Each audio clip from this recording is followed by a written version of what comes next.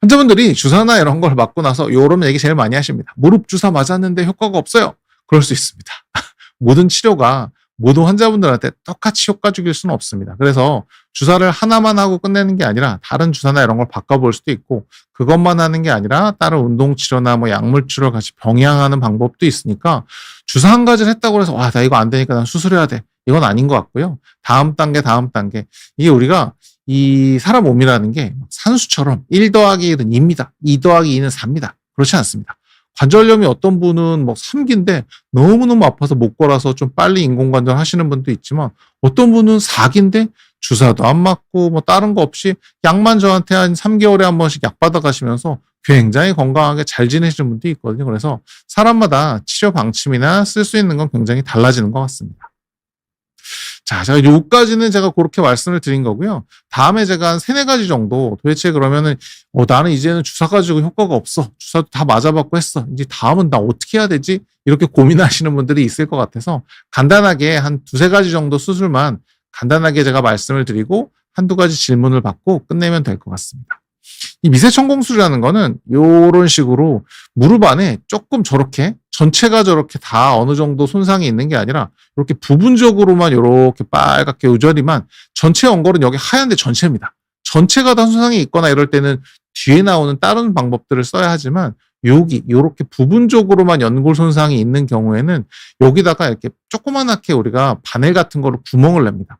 바늘 같은 걸로 구멍을 내면 우리 뭐 피부에 상처가 나면 거기서 피가 나오잖아요. 똑같습니다. 뼈에다가 이렇게 상처를 내면 뼈에서 조그맣게 피가 나옵니다. 그러면 그 피들이 이 위에 이렇게 피떡 같은 걸 만듭니다. 이 녀석이 시간이 오래 지나면 연골이 요 위에 차올라오는, 요걸 우리가 미세천공술 이렇게 얘기합니다.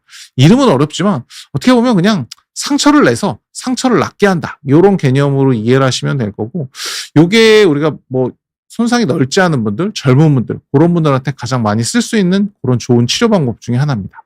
그래서 이런 식으로 피부에 연골에 손상이 있으면 거기다가 이렇게 구멍을 내서, 대개는 미세천공술은 내시경으로 진행을 합니다. 근데 이제 이게 알고 계셔야 되고, 이렇게 구멍만 내서 연골이 잘 자라 올라오고 이럴 수 있는 것 같으면, 연골 손상이 있으면 다 이걸로 처리하면 안 되나요? 저도 미세천공술을 하고 싶어요 라고 오시는 분들이 있는데, 문제는 이게 이 범위가 넓어지면 넓어질수록, 또 나이가 올라가면 올라갈수록 효과가 덜한 걸로 돼 있습니다. 그래서 좀 선택적으로 좀 이 수술 방법을 잘 써야 되고, 너무 고령층에서는 효과를 조금 못 보는 경우들이 있습니다. 그래서 이런 식으로 진행을 합니다. 이렇게 연골 손상이 있었던 분, 이분은 한 51세 정도 되셨네요. 여기다가 이렇게 구멍을 내면 나중에 여기 이렇게 하얗게 연골이 쫙 올라왔죠. 이렇게 올라오는 결과들이 볼 수 있습니다.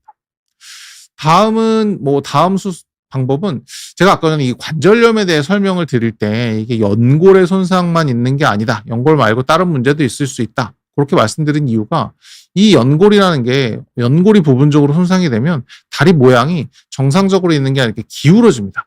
약간 뼈가 기울어져 있는데, 뼈가 기울어져 있는 상태에서 거기다가 연골에다가 어떤 치료를 하더라도 뼈 자체가 이미 기울어서 안쪽만 계속 닳고 있는데, 거기다가 아무리 좋은 치료를 한다고 해도 이 무릎 연골이나 이런 데가 점점점 나빠지는 경우들이 많습니다. 그래서 이 근위경골 절골술이라는 건 그야말로 뼈 모양이 틀어진 걸 뼈를 이렇게 똑바로 바로 잡아준다고 생각하시면 될 것 같아요. 그래서 저렇게 뼈에다가 살짝 금을 내서 요 녀석을 이렇게 벌려서, 저게 많이 벌리지는 않고요. 대개는 뭐 한 10mm 정도 봅니다. 10mm 정도 벌린 자리에다가 저렇게 이 쇠나 이런 걸 집어넣어서 사이 공간을 만들어 놓고, 저 사이에 이제 나중에 뼈가 올라와서 뼈 모양이 살짝 틀어지게 이렇게 모양만 바꿔놔도 이 체중 중심이 안쪽에 있던 게 바깥쪽으로 옮겨지니까, 그런 식으로 쓰는, 되게 한 40대에서 50대 초반, 60대 초반 정도까지 이렇게 쓰는 그런 방법입니다.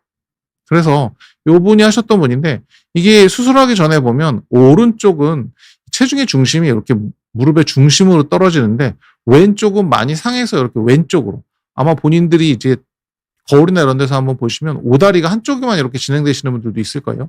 그런 분들이 요걸 뼈 모양을 틀어놓고 나니까 중심보다 약간 바깥쪽으로 이렇게 옮겨놓게 되면, 예전에는 이 안쪽에다 달아서 아팠던 게 이렇게 바깥쪽으로 넘어가는 효과가 좀 있고요. 이걸 이제 전체 윤곽을 본다 그러면 이렇게 다리 모양이 일자로 펴지는 이런 효과를 좀 기대해 볼 수가 있을 겁니다. 그 다음에 이제 마지막으로 해결이 안 되거나 이럴 때, 이 앞에 보여드렸던 절골술이나 이런 것도 보면 전체적으로 손상이 되거나 이랬을 때는 저런 방법을 쓸 수 있는 게 아니라 안쪽만 손상이 됐을 때는 이런 방법을 쓸 수 있지만 안쪽과 바깥쪽이 모두 손상됐다. 그리고 주변 인대도 다 손상이 됐다. 이랬을 때는 사실은 이렇게 위아래 뼈의 껍데기만, 사과 껍데기 벗기는 것처럼 껍데기만 제 암전이 도려낸 다음에 그 위에다가 이 인공관절, 환자분들이 인공관절 수술하셔야 됩니다. 잠깐 말씀을 드리면, 우와, 나 이 무릎에다가 로봇을 집어넣는 거 아닌가 이렇게 걱정하시는 어르신들이 있는데 그런 건 아니고 지금 그림에 보이는 것처럼 이렇게 위아래로 그냥 이 껍질, 모자를 위아래로 씌운다. 그리고 그 사이에다가는 이렇게 플라스틱으로 된 재질을 넣어서 무릎이 잘 움직일 수 있게 해준다. 이런 개념을 한번 제가 이걸로 애니메이션을 한번 보여드리고 싶었고요. 그렇습니다. 그래서 이런 식으로 안쪽이 뼈가 다 붙었을 때는 이렇게 바꿔드리는 거고, 제가 이분은 이제 나이 때문에 한번 보여드리는 건데, 요즘은 사실은 100세 시대라고 우리가 얘기를 하잖아요. 그래서 이 절대 나이가 중요하진 않은 것 같습니다. 제가 뭐 지난주에도 80대 되신 분 수술을 해드리긴 했는데, 요즘은 80대라도 이게 관리 잘 되시고 이러신 분들은 60대처럼 보이시는 분들도 있고, 진짜 60대인데 80대처럼 보이시는 분들도 있고, 이래서 전신적인 컨디션이나 이런 게 중요하고, 이분도 94세셨죠. 수술을 받으실 때. 그런데도 불구하고 양쪽 다 수술하시고 굉장히 잘 움직이시고 했던 기억이 나서 이건 사진 한번 제가 보여드렸습니다.